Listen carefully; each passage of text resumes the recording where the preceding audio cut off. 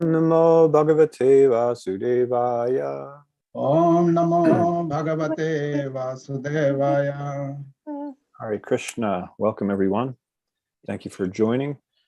We continue our study of Srimad Bhagavatam. This is the first canto, chapter 9, and today's verse is number 11. This chapter is about the passing away of Bhishma Dev. Pandu putranupasinan pashraya prema sangatan abhyachashtanuraga shrayar adhibhutena chakshusha. Pandu putranupasinan pashraya prema sangatan abhyachashtanuragashraya andhibhutena chakshusha. Panduputranupashinan pashraya prema sangatan abhyachashtanuragashraya andhibhutena chakshusha. Please chant. Hare Krishna. Putranupasinaan prashraya prema sangatan abhyachashtanuragashrer andhibhutena chakshusha. Hare Krishna. Pandoputranupasinan prasaya prema sangatan abhyaschashtanuragasrair andhibhutena chakshusa. Hare Krishna. Hare Krishna. Pandu Putran Upasinan Praishraya Prema Sangatan Abhyachastaniragasrayar Andi Bhutane Chakshusa. Hare Krishna, thank you. Hare Krishna. Panduputran upasinan prashraya prema sangatan abhyachashtanuragashrer andhibhutena chakshusha. Panduputranupasinan prashraya prema sangatan abhyachashtanuragastrairandhi bhutena chakshusha.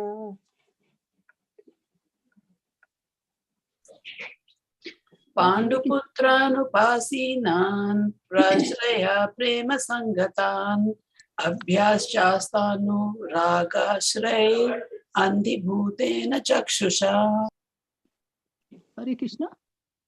Panduputran upasinan prashraya prema sangatan abhyachashtanuragasrayar andhibhutena chakshusa. Hare Krishna.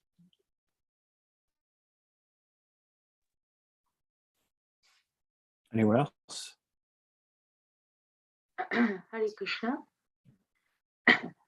Panduputran upashinan prashraya prema sangatan abhyachashtanu ragasharyar anvibhutena chakshusha. Hare Krishna.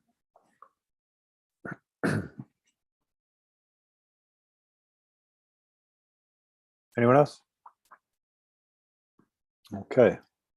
Pandu, the late father of Maharaj Yudhishthir and his brothers. Putran, the sons of.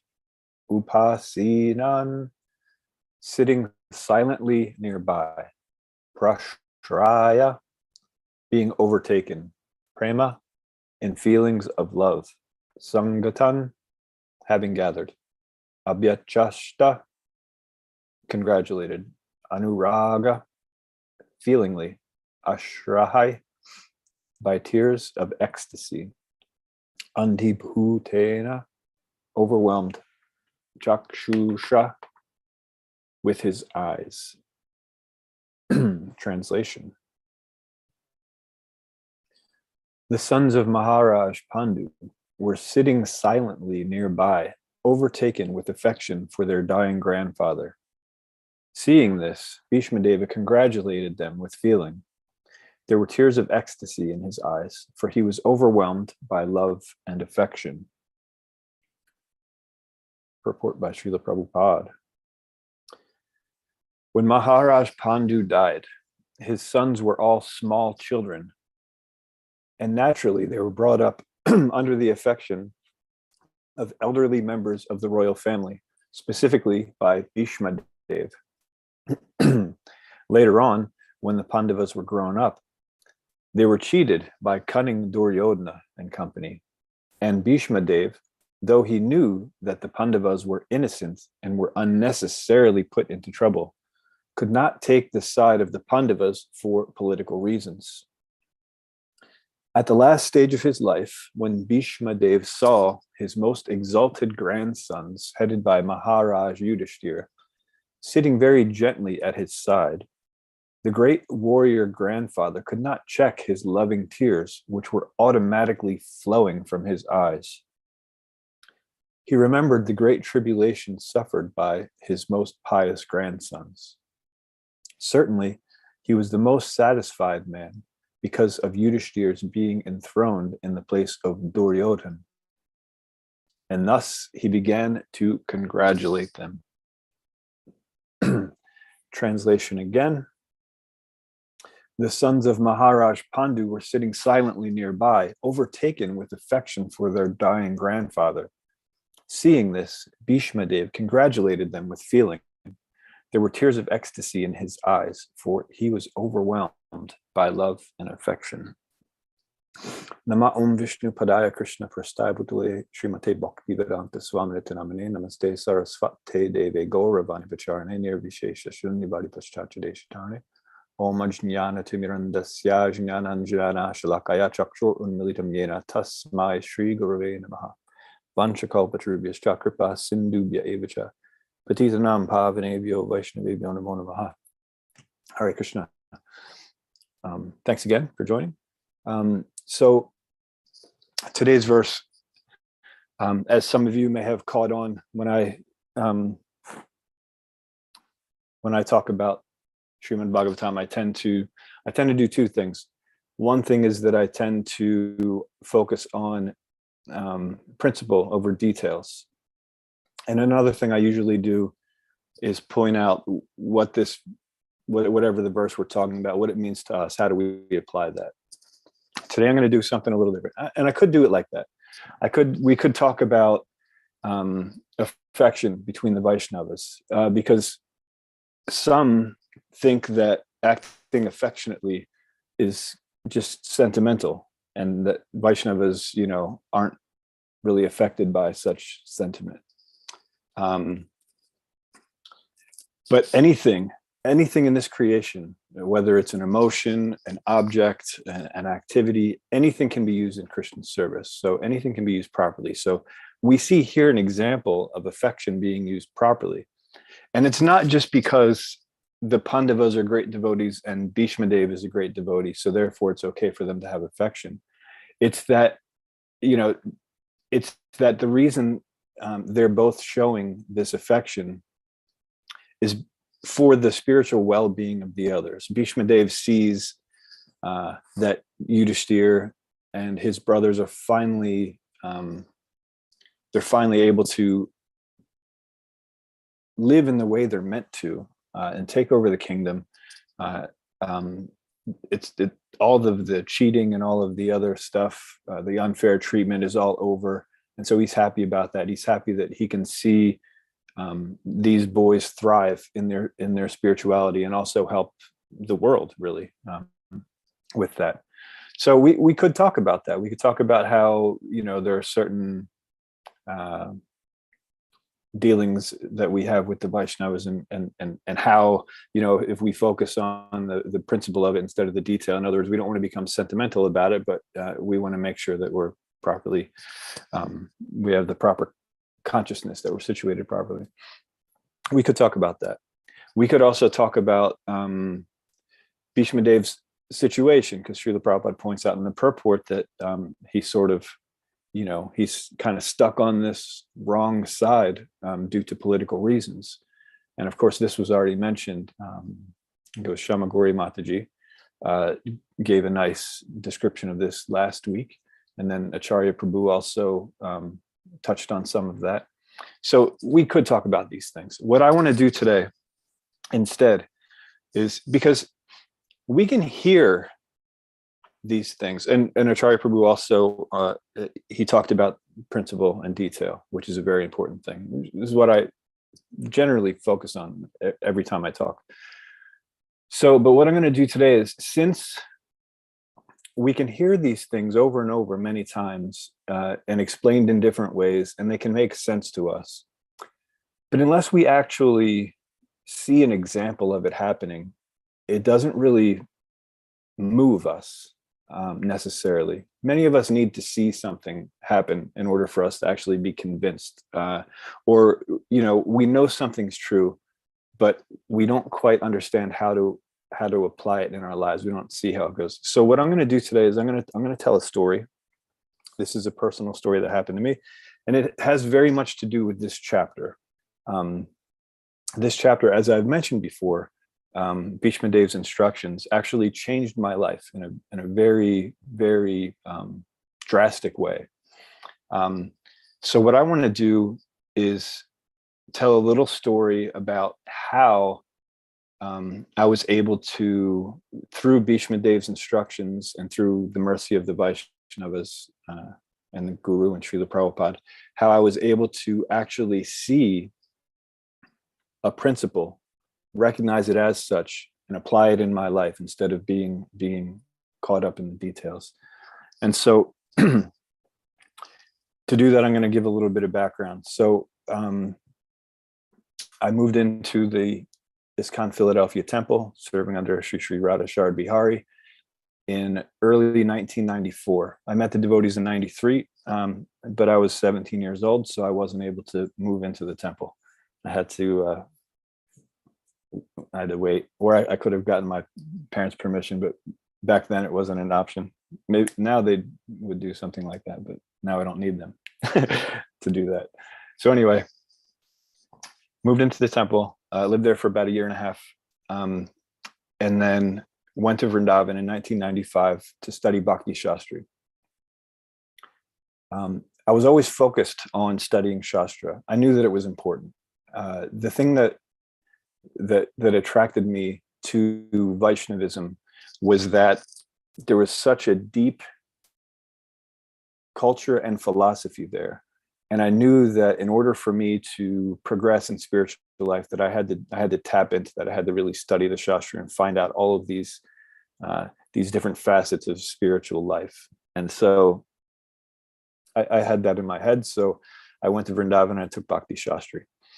And from there, when I returned to America, the idea after taking Bhakti Shastri, and this was, by then it was early 1996, the centennial year celebration of Srila Prabhupada. And so there were a lot of things going on that year. And it was expected that every devotee should take this, vow of doing something. You can do anything, but just make some sort of vow to do for Prabhupada for his 100th anniversary. And so what I wanted to do was open a preaching center and apply all of the knowledge that I learned from Bhakti Shastri, and then also teach Bhakti Shastri to anyone that would come. And as fortune had it, a god brother of mine named Brihad Banu Prabhu, the late Brihad Banu Prabhu, he also had a desire to have a preaching center. And he happened to live in a town in New Jersey called Long Branch. Now, this town might sound familiar to some of you. If you've read Srila Prabhupada Leela Amrita by Satsrup Das Maharaj, you may recall that at one point Srila Prabhupada was in the hospital, and the brothers Gargamuni and Brahmananda Prabhus, they on Prabhupada's orders, on his desires, they actually broke him out of the hospital against the doctor's orders, because Srila Prabhupada, he thought that it would be better for him to heal if he would sit out in the sun and breathe in the ocean air. This is what he would do in India. He'd go to Puri, right? And the sun gives us certain vitamins that we can absorb, and breathing in the ocean air is also very good for you, the salt water. And so that's what he wanted to do. So these two devotee brothers, they broke their spiritual master out of the hospital and they took him to Long Branch, New Jersey. So my godbrother, who lived in Long Branch, New Jersey, he said, okay, well, obviously this is a place of pilgrimage. We must start a preaching center here for Prabhupada's centennial. So like I said, as fortune had it, we came together and that's what we did. So my godbrother's role was that, see, he had a full-time job. He worked for the DMV in New Jersey. And so he funded everything. The preaching center was out of his apartment. He paid for all the feasts. He paid for we had a big van that we would use to shuttle devotees around. And so he'd pay for the gas and everything about that. And then it was my part of the deal was I would, arrange the programs like that, take care of all that sort of stuff. And it was a really nice preaching center. Anyone that's been there knows. If you haven't, then it's a shame, but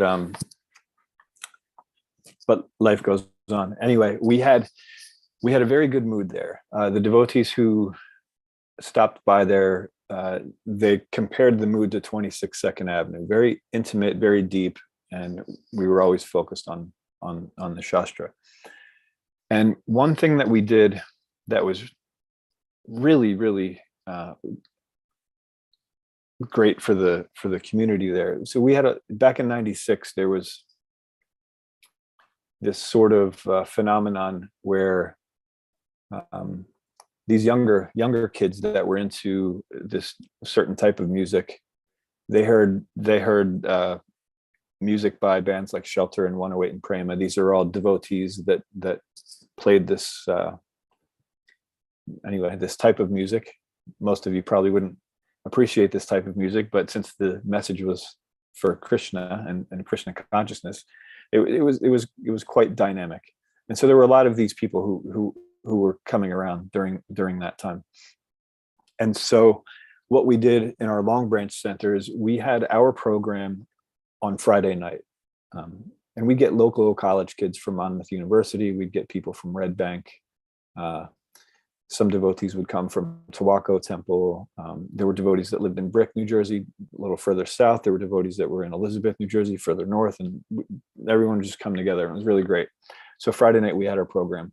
We had Bhakti Tirtha Swami there. We had my guru Ravindra Swarup Prabhu was there. Brahmananda Prabhu was there. He gave class. Many really great devotees. Many great classes were there. And so what we would do is, so Friday was our program, and then we would use that van I was talking about to shuttle the devotees around to different things. So then we would take the local devotees on Saturdays up to Tawaco Temple, because back then, I don't know if they still do this. I don't think they do. But back then, Krishna consciousness was so popular that one Sunday feast wasn't enough. So the Sunday feast was for their normal congregation, which completely filled their temple room. And then they had to have a whole Saturday feast for the kids that were, following these bands that were coming to Krishna consciousness because of that. And so they had their own feast, and it was Saturday. And sometimes they would, for a brief time, the feast would actually be vegan, because a lot of the kids that came from that scene were vegan. Now, don't worry. When it was offered to Krishna, the pujaris would put butter on Krishna's portion, so we're not depriving Krishna of his favorite food. But to serve that particular community, that feast was made vegan. So anyway, so we'd shuttle all the devotees from Long Branch to Tawaco on Saturdays. On Sundays, we would alternate between the Brooklyn Temple and the Philadelphia Temple. Monday was the only day that we didn't have some sort of program, but we were there, we were available. If someone wanted to come and chat, fine. We just didn't have a structured program on Monday. Tuesdays, we would take them to 26 Second Avenue. Wednesdays, we would take them to Philadelphia, to Govinda's on South Street. There was a program on Wednesday nights. Thursday, back to Second Avenue. And then Friday, again, we had our feast. So 6 days out of the week, we were having programs, taking these devotees that would come. Because, sometimes you have a program once a week in an area, and sometimes people can make it, sometimes they can't. And, this was just way more convenient. Like whatever day you could show up, there's going to be some sort of program. So after a while, my god brother, he didn't want to fund the thing anymore. It was taking place in his apartment. There was a lot going on, and he, for whatever reason, he didn't want to have this program anymore. And so, which was fine, because then the programs ended up alternating weeks between Brick, New Jersey and Elizabeth, New Jersey. So the program kept happening. The shuttling didn't go on, but it's a nice community there in New Jersey. So everything continued happening. And so I was left still desiring to do a preaching center, but I didn't have the facilities. And so I got what I call a partial realization. I got this partial realization that if I wanted to do a preaching center, I couldn't depend on anyone else, right? That I had to somehow, fund it, finance it myself. I wasn't much of a door-to-door ask for donations kind of person. It's just not the way I was built. So I came up with a 10-year plan to get myself in a position where I could actually fund a preaching center, where my plan was I was going to go to college, become a teacher, and then I could run the preaching center on the weekends and the nights, and then all during the summers whenever teachers don't have to be at work. And so this was my plan.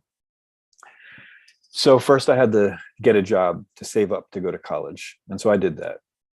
And so this whole time I'm thinking, okay, this is what this is for. This is for the preaching center. So I got this job, and I'm saving up for college. And then finally I was able to go to college. I went to college, and 3 years into going to college to become a high school math teacher, I realized that I actually didn't want to become a teacher. I was more interested in reforming the education system than I was in being part of it. The way that the education system is now, it's not ideal. And so I realized I wouldn't have been happy unless I'd either go on to get my master's and then teach future teachers. And then I thought, this is taking my focus too far off of it. I got to stop, because I really want to do this preaching, so I don't want to be distracted. So then I dropped out of college, got another job to pay off the student loans, which were quite expensive. And so my 10-year plan didn't go as planned. I thought I'd have a preaching center at the end of 10 years. And I didn't. I had a job that I was working to pay off the student loans because of that 10-year plan.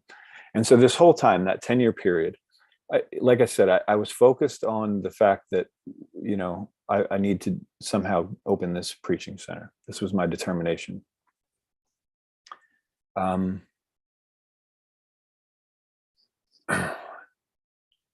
After those 10 years, so I was working this job, and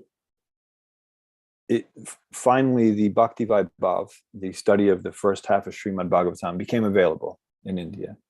And so I thought, okay, well, I'm going to continue studying. So the job I had at the time, I was quite fortunate. I only had to work half of the year. It was a seasonal job on the New Jersey shore, where I did artwork for about 5-6 months out of the year. So I had the other 6 months I could do whatever I wanted. And so I wanted to go study Shastra. So I went to Mayapur. Now, during this time, right up into that point, I sort of, even though I had my mind set on, doing this preaching center, I was very much self-conscious. I wasn't Krishna conscious. I was Krishna aware. I understood that Krishna existed. I understood that we should serve him. And my intentions for everything I did were to build up to doing service to Krishna. But I was more self-conscious. I was more involved in what I would do if I weren't a devotee. You know, our material conditioning, everyone has a very unique material conditioning. And we are taught that whatever you're doing in life, you can just do that for Krishna. You just change your consciousness, change your mentality. And so for those 10 years, I was sort of trying to do that because everybody else was doing it, right? You know, just yukta vairagya, do whatever you're doing for Krishna's service. And so I did that. And so there were different activities that I was doing, and there were different, you know, I even looked different at that point. It wasn't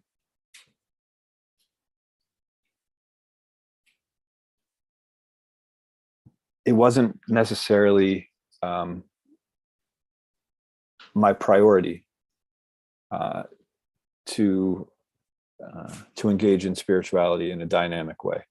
And so, like I said, I had this particular job where I worked in New Jersey. It was seasonal. And so there was back then, if I shaved, I looked like I was a 12-year-old kid, and looking like a 12-year-old kid didn't work for that particular job. And so, I grew some hair, on my face, on my head to sort of blend in, to mix in.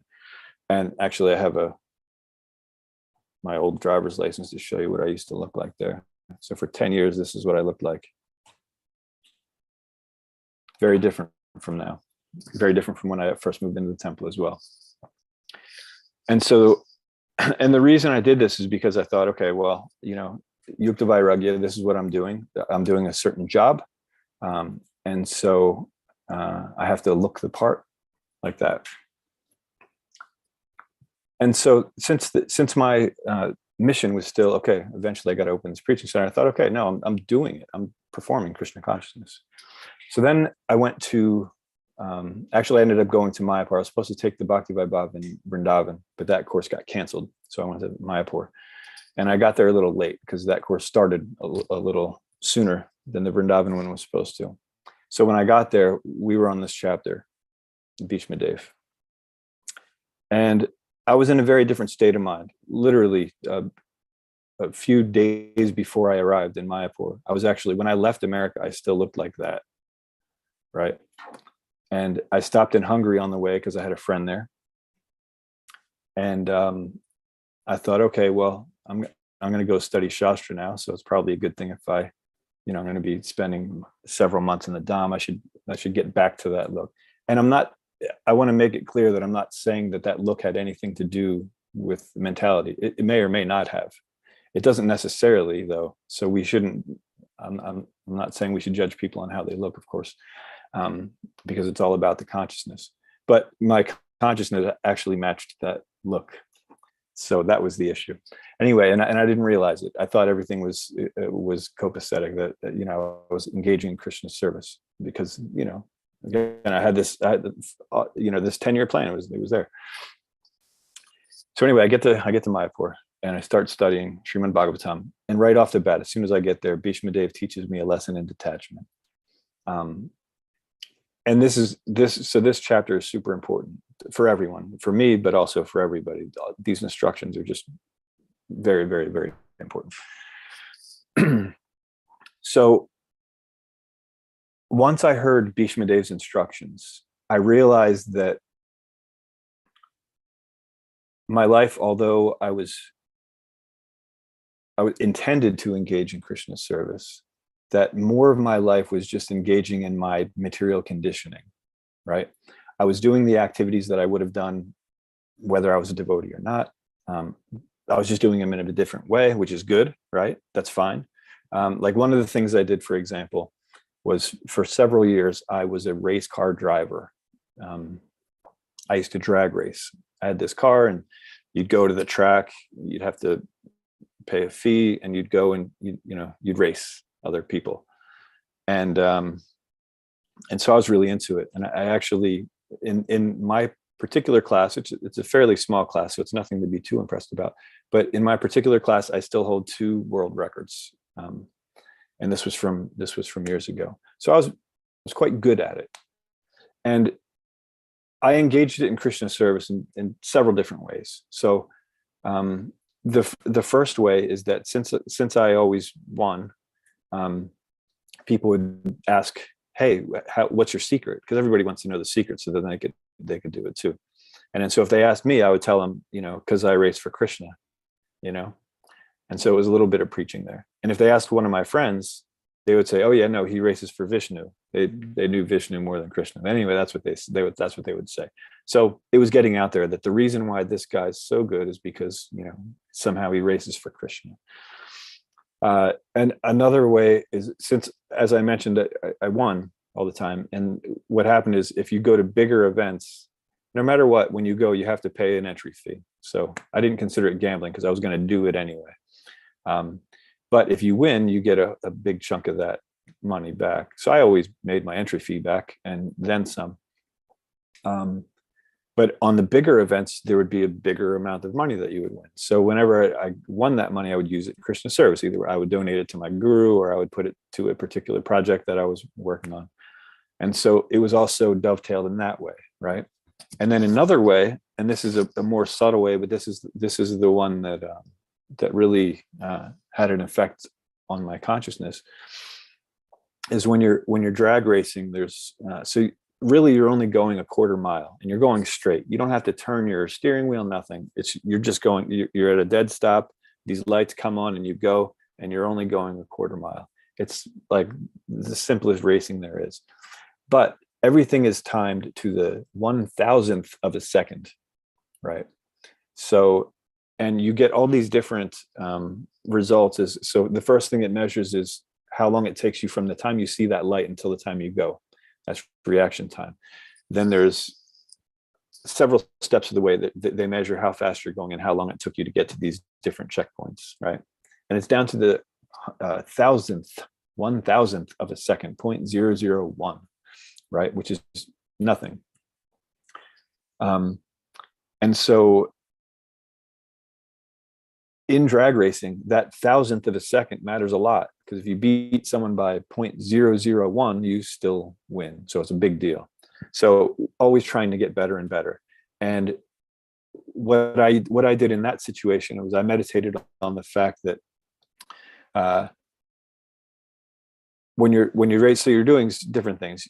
There's different launch techniques when you leave. There's different shift points. I don't want to bore anyone with the details, but there's different things that you can do that affect your time in the end, and they seem insignificant. Whether you shift at 7,000 RPMs or 7,100 RPMs, it doesn't seem like it should make a difference. But you can get a couple tenths of a second out of it, let alone thousands or hundreds. You can get a couple tenths depending on where you do that.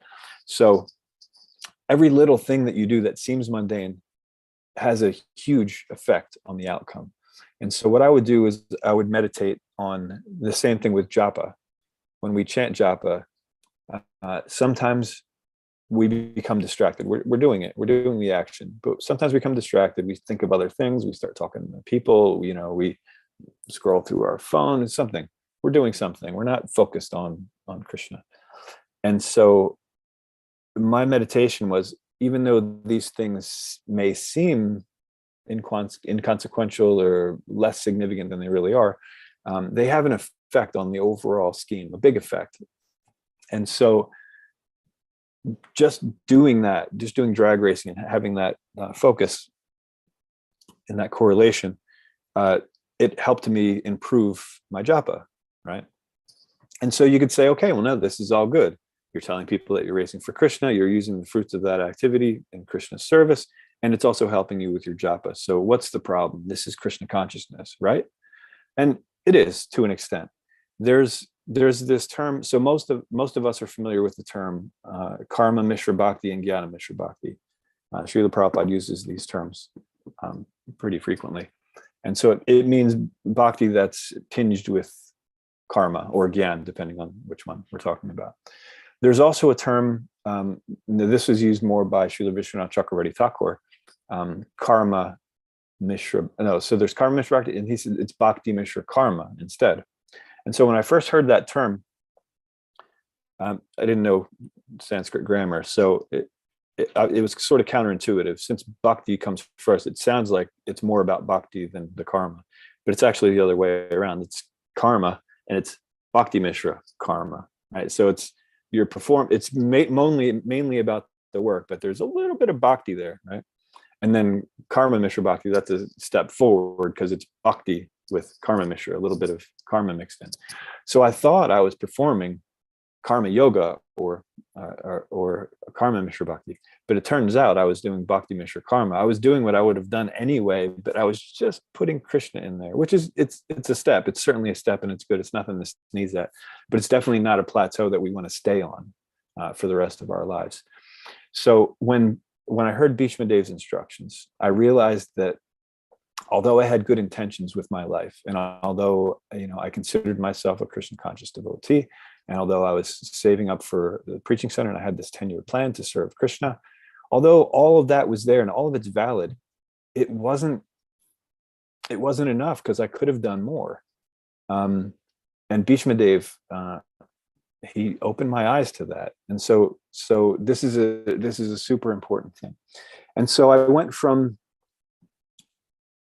and so I mentioned this had a huge change in my life. So I went from, first of all, just looks, obviously. I showed you what I used to look like right before that. But that's not the important thing. The important thing is the consciousness, because whether I still look like that or I looked like that before, the deal was my consciousness wasn't focused. I had good intentions, but I wasn't being diligent enough in my devotional service. So when we read Srimad Bhagavatam or Bhagavad Gita, when we hear from the devotees, when we're taking association from our guru, it's really important, so much more important than we imagine, that we actually apply these things in our life. Because as Srila Prabhupada mentioned, this human form of life, it's rare. So just to have the human form of life, it's such a blessing and an opportunity, and to squander it and not taking to Krishna consciousness, it's downright tragic. And Bhakti, the path of Bhakti, it's since Krishna is ever expanding, right? Everything in the spiritual world is always getting better. So if we're standing still here in the material world, we're actually getting further away from Krishna in one sense, because everything's getting more and more and more. If we're not keeping up with that, we're just kind of standing still. So there's always more room to grow in the path of Bhakti. And we have a very deep material conditioning about us. But when we start engaging in the process, we have that initial faith, and then we start associating with devotees, and then we begin the devotional process. And at first, like I said, it's Bhakti Mishra Karma. It's mostly about what we would have done anyway, but we're just adding Krishna into it, which is good. Yat karosi, yat ashnasi, yat jduhosi, dadasiyat, whatever you do, whatever you eat, whatever sacrifices you perform in charity, do that for me, Krishna says. So it's good. That's what we do. And so that's fine. So we do that. And then we start seeing, through the chanting process, Chaito Darpana Marjanam, we start seeing some unwanted things in our lives. We start seeing that some of the things that we're engaging in are actually detrimental to devotional service. So we start weeding those out. It's called an artha nivritti. We start avoiding things that are detrimental, and we start engaging in those things. And so we continue on, we do that, and then we start becoming steady, right?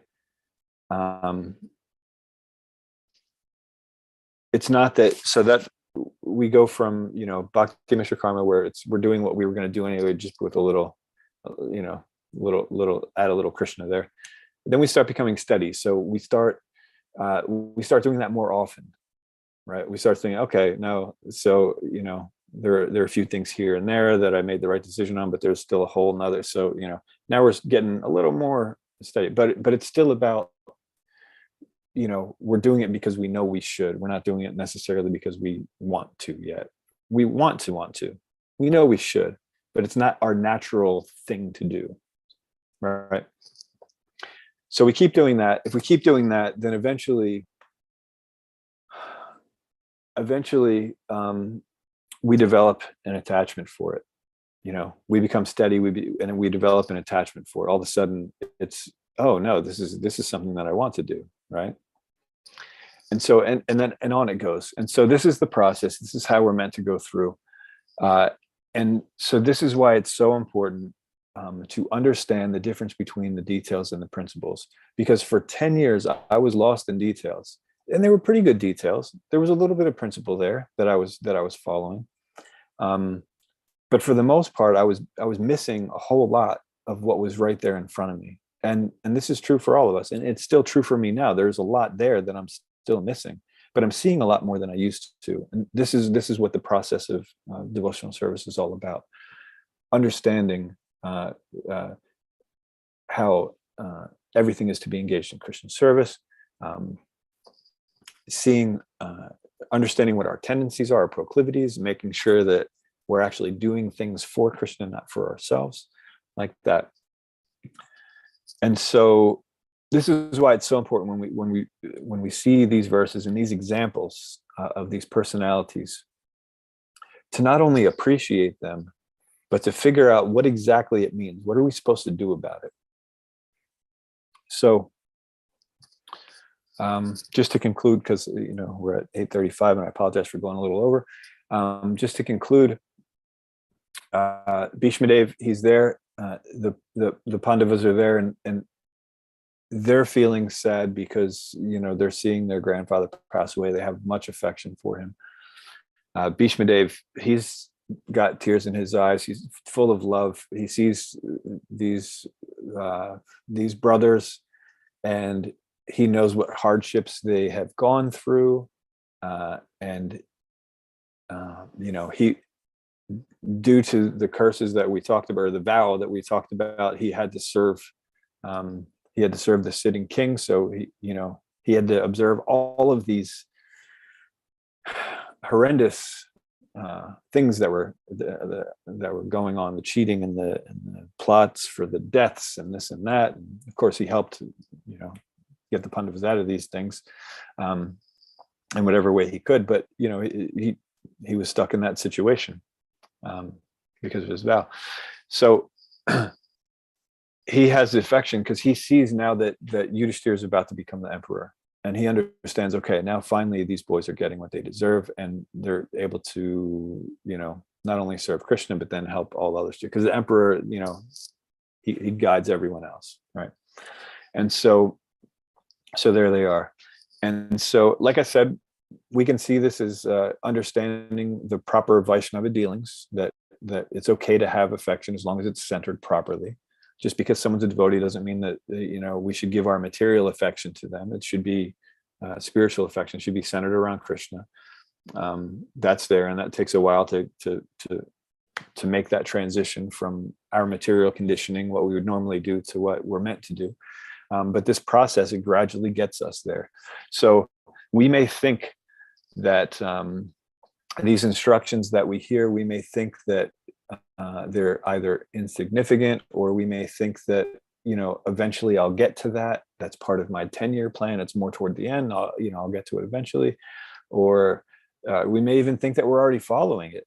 We may think, oh yeah, no, I do that.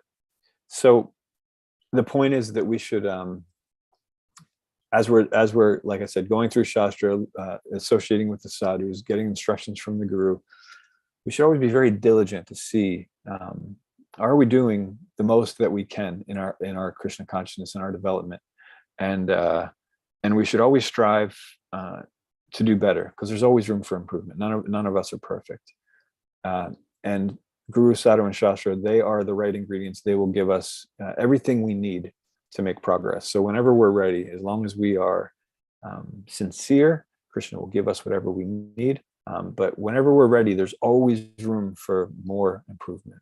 And so I encourage you all to recognize those opportunities and to embrace them, and to make further development in your Krishna consciousness. Now, like I said, that was one example of something that had an extreme effect on my life. There have been several other ones. We have these, when we first come to Krishna consciousness, and then there are several decisions that we make that are against our nature, our material conditioned nature. We would tend to do something, but we use our free will to do something, something different for Krishna. And so when we do that, it makes a big effect on our lives. And we go from thinking we're serving Krishna to serving Krishna more. I won't even say actually serving Krishna, because there's always more room for improvement. So we become more and more focused on serving Krishna. That consciousness, it transfers from self-centric to God-centric. And that's what our process is all about. So I will stop here to see if there are any questions or comments or corrections, additions, subtractions. Archana Bhakti Mata, you have your hand up, please. Hare Krishna Prabhuji.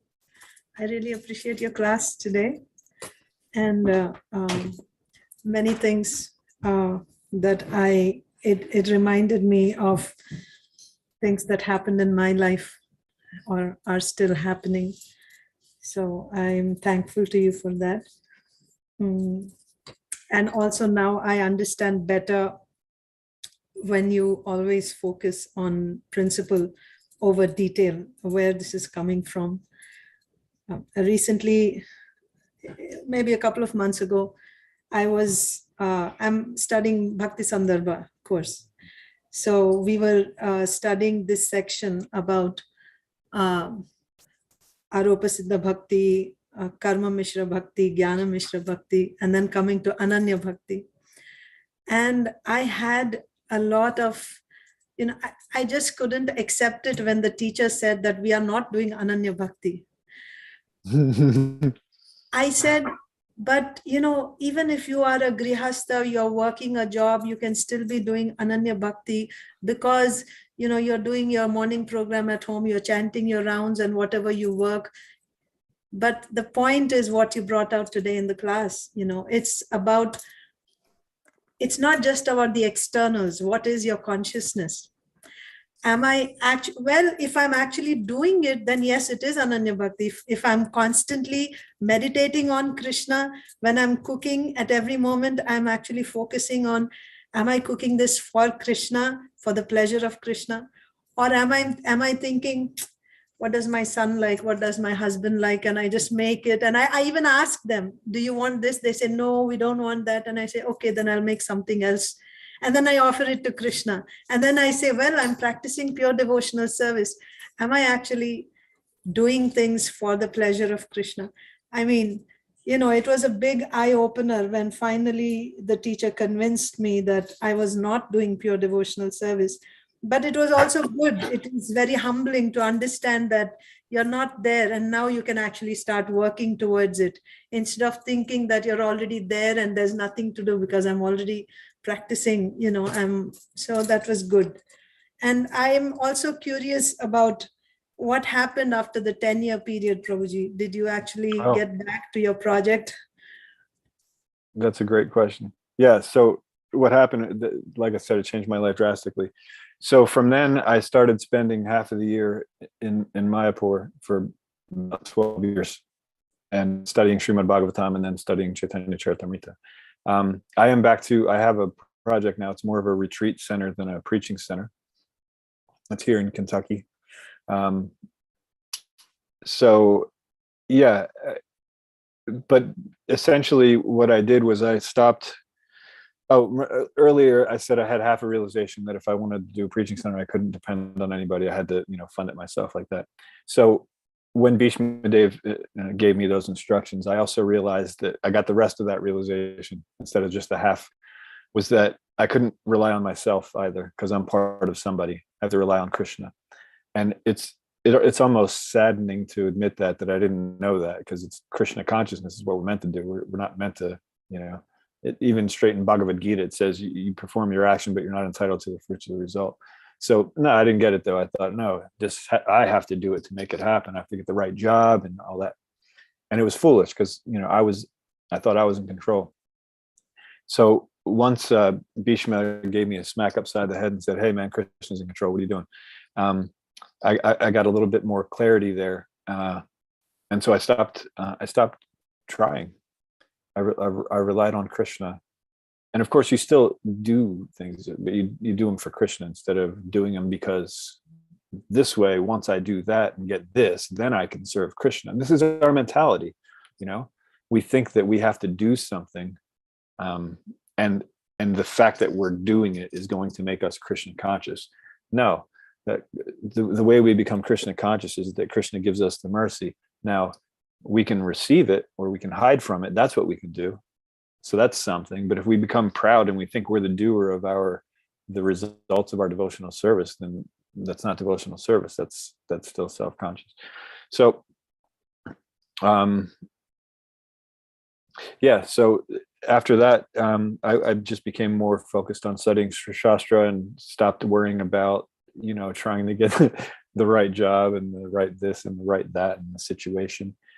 And so it's, it's in Krishna's hands. First we were trying to do a preaching center. We had some other devotees. We moved from one property to another one, and we had some festivals, and then, since Krishna's in control, he made a few other things happen. So now it's, instead of a preaching center, it's a retreat center, which is more suitable for someone like me. I'm a Vanapras. I'm retired. I don't work anymore, and I live in the woods. So I'm not meant to run an actual preaching center or a full-time facility, because that would be against my nature. That's something that a grihasta would do.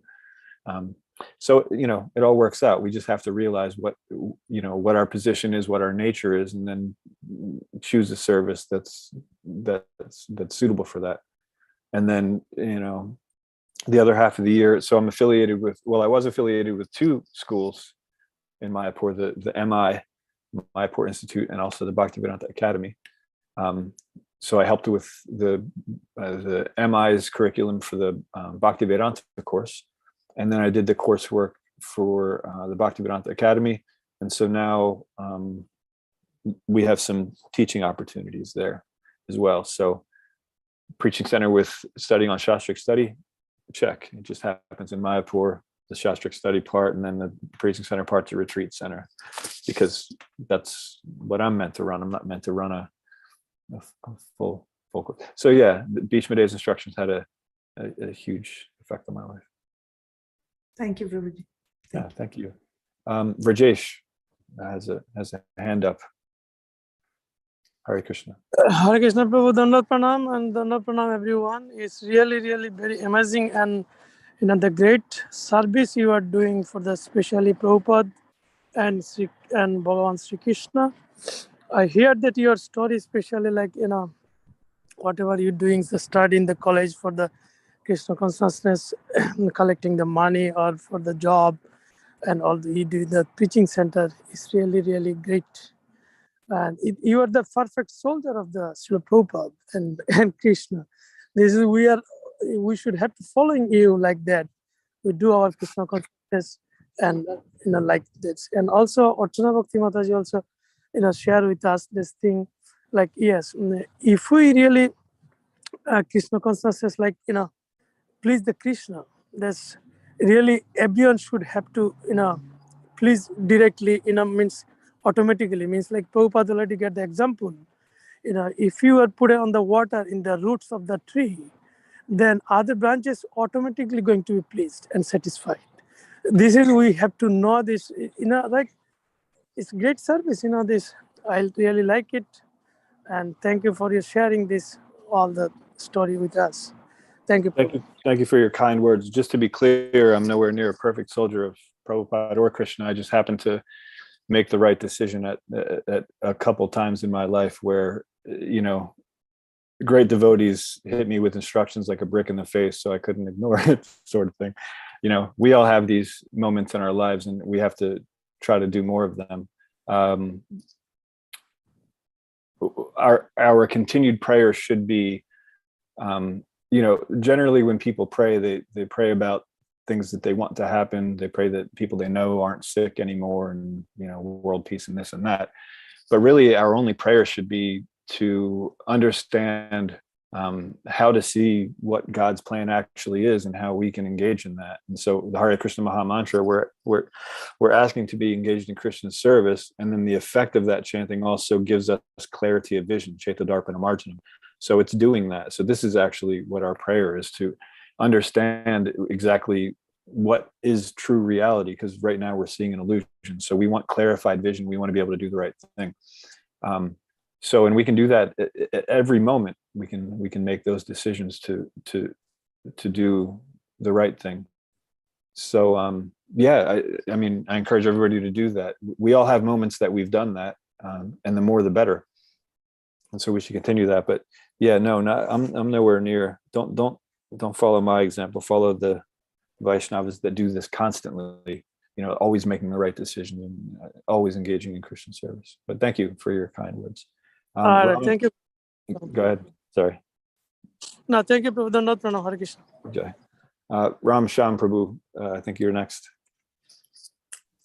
Hare Krishna, Prabhuji, Dandavat Pranam, Guru Srila Prabhupada, Guru Maharaj ki jai. Yeah. So it was really wonderful session, Prabhuji, and especially, like you mentioned about your journey to the ISKCON.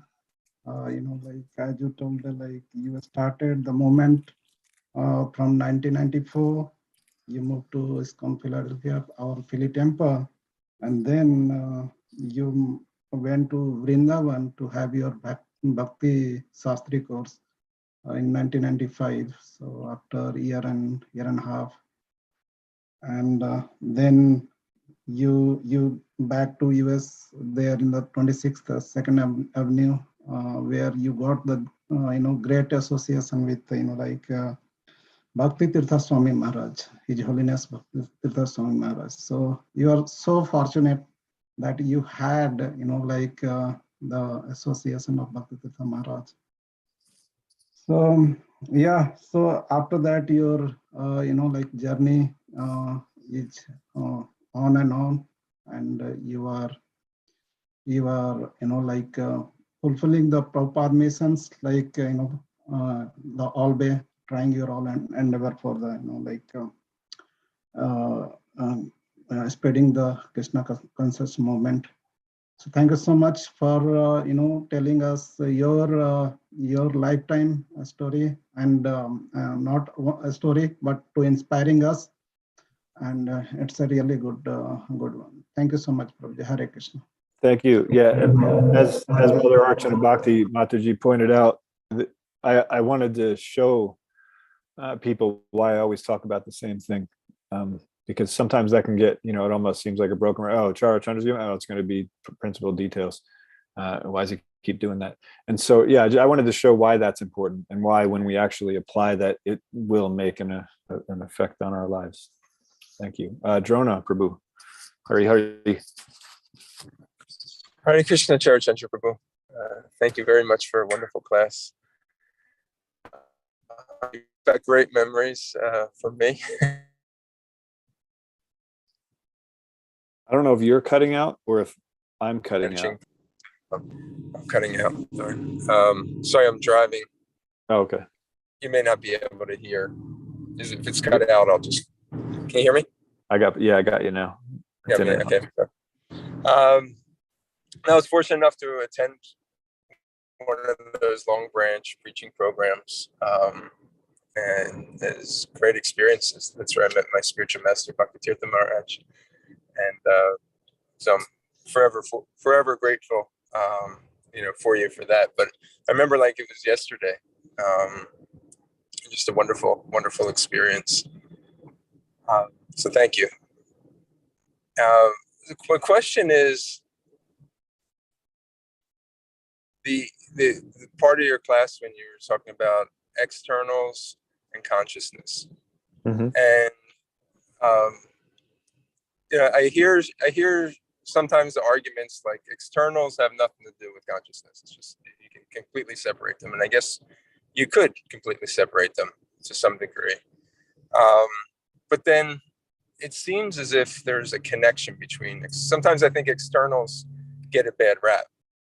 Like they're because in one sense you could, I guess philosophically, make a point that there's a disconnection between externals and internal consciousness. But at the same time, externals do exist for a reason. And I just, what is that connection? What is that connection between externals and consciousness that we have to really understand? When to abandon them, when to embrace them, and how do they affect our consciousness? Yes, that's a great question. So generally speaking, there is a correlation between the externals and the internals, because naturally, if you're doing something internally, it'll reflect externally. So generally, there's a correlation. So, which is why we often get confused between what is actually external and what is internal, because since there is a correlation. Now, there's not always a correlation, though. Like we see externally, like when I first read Bhagavad Gita, I thought Bhishma Dev was a bad guy. He's on the, it's good versus evil. So he's on the bad team, right? I didn't know the story. I didn't know what was going on. And I saw that they respected him like that, but I was like, whatever. He's on the wrong team. What's going on? Who's this guy? And so externally, we can say, no, he chose the wrong side. He's against Krishna. What's up with that? But he wasn't actually against Krishna. He was following his vow, and he was serving Krishna. He had great affection for Krishna and for the Pandavas. And so when we hear more about that and we see, okay, yeah, so you can separate the externals from the internal. Of course, it's pretty rare that happens. And so we also don't want to take it to the other extreme where we're always just separating it. And we're saying, and like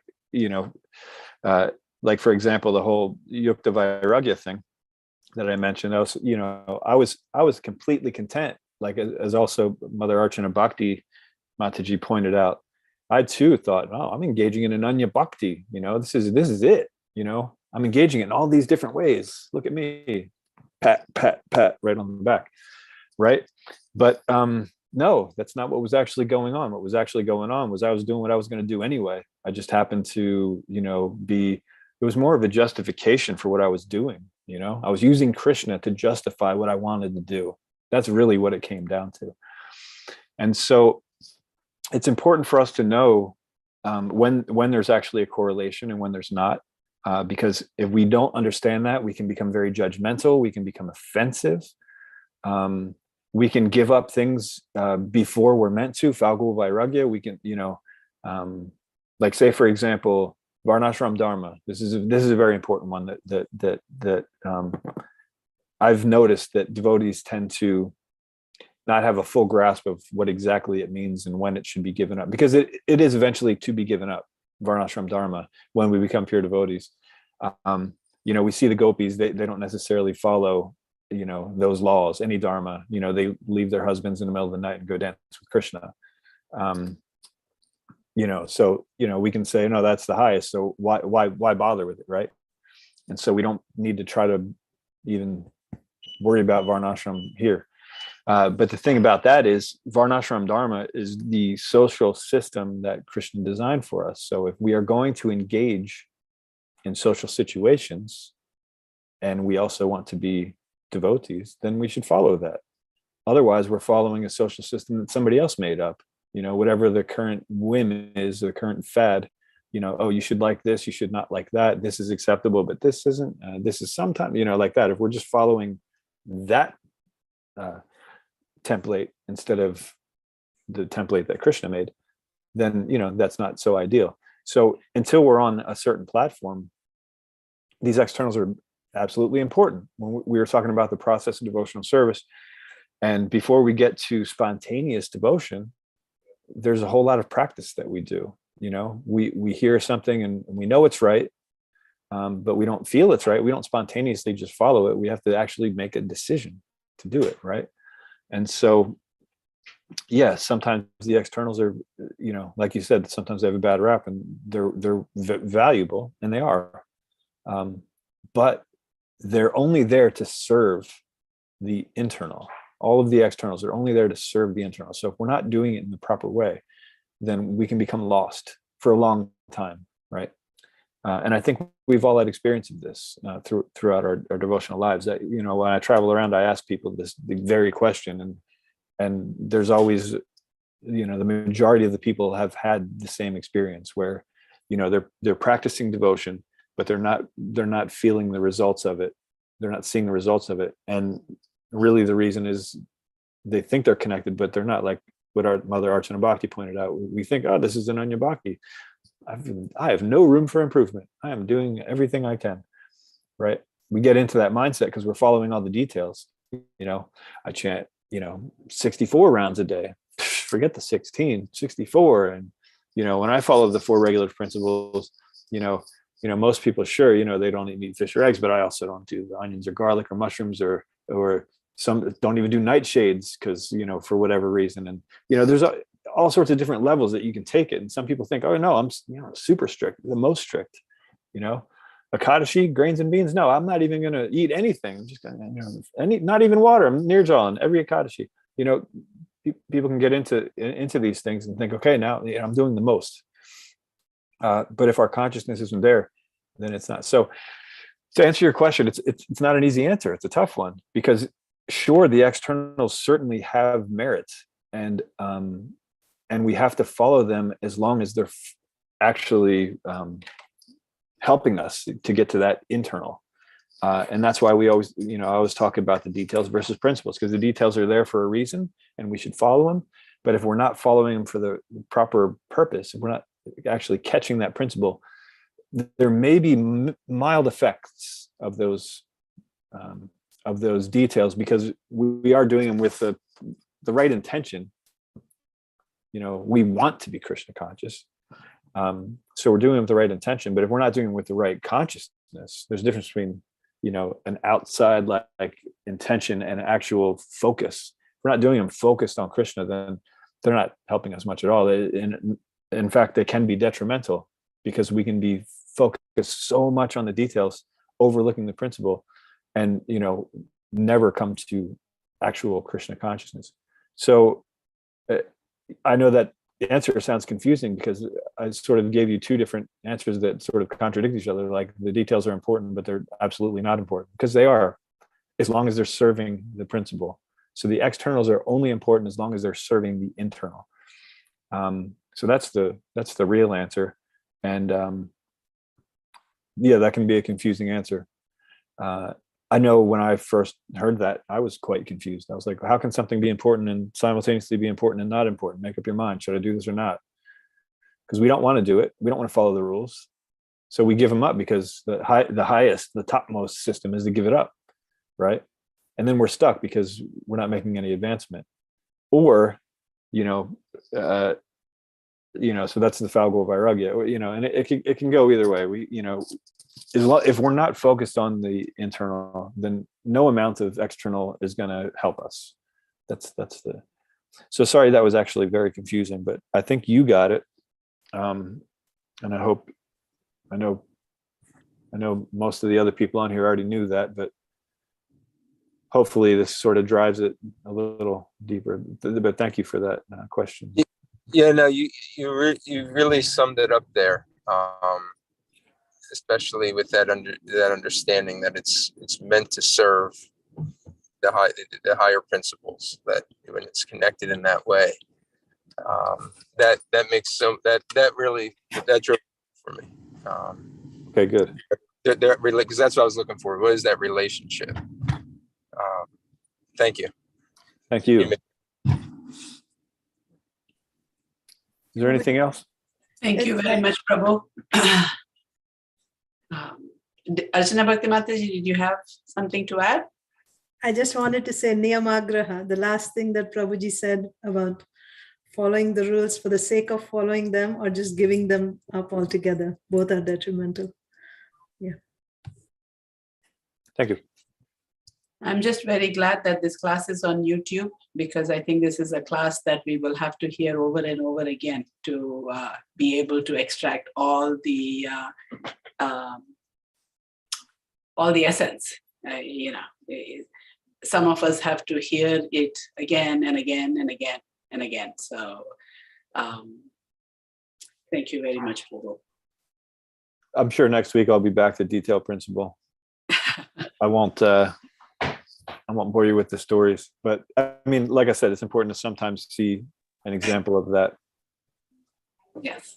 Yes, it Yeah, is. we have to listen more and more this thing to understand, Prabhu. But Bhishma Dev's instructions, you know, I carry one of those instructions with me every single word. So if you ever see me anywhere, I have this verse with me. I have a few other verses with me too, but and I'm not going to say which verse because we're not there yet. It's coming up. But yeah, it had such an impact on my life that, you know, like some people like Barack Obama, for example, he always has in his pocket, there's certain things he has. And one of them is a coin with Hanuman on it, which is pretty cool. But like, so everybody has these things that they always have with them. So one of the things that I always have with me is one of Bhishma Dev's instructions. So yeah, Actually, I was waiting for this in Bhishma Dev's instructions, waiting for these things to come, what he is going to say. How much I can understand, but I'm waiting for that. Yeah, they're quite valuable. So hopefully this inspired everyone to pay extra close attention to the instructions that are coming up in the coming weeks. Thank you very much. Thank you. Can you share the verse with us? When it comes up. I think we have to wait. I think there is. But waiting is more this thing. You know? Like they say. Yeah, let's wait. That will give more nectar. Maybe I'll get stuck with that verse. Maybe. I don't know. I actually didn't look at the verse assignments. I know that one of them just got changed, but it could be. Yeah, we might be too. I'll reach out to you and I make sure that I change the maybe to No, it's fine. Thank you very much, Prabhu. Thank you. Srimad Bhagavatam ki jai, Srila Prabhupada ki jai.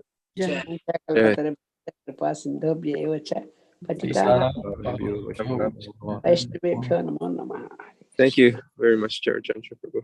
Thank you. Hare Hare.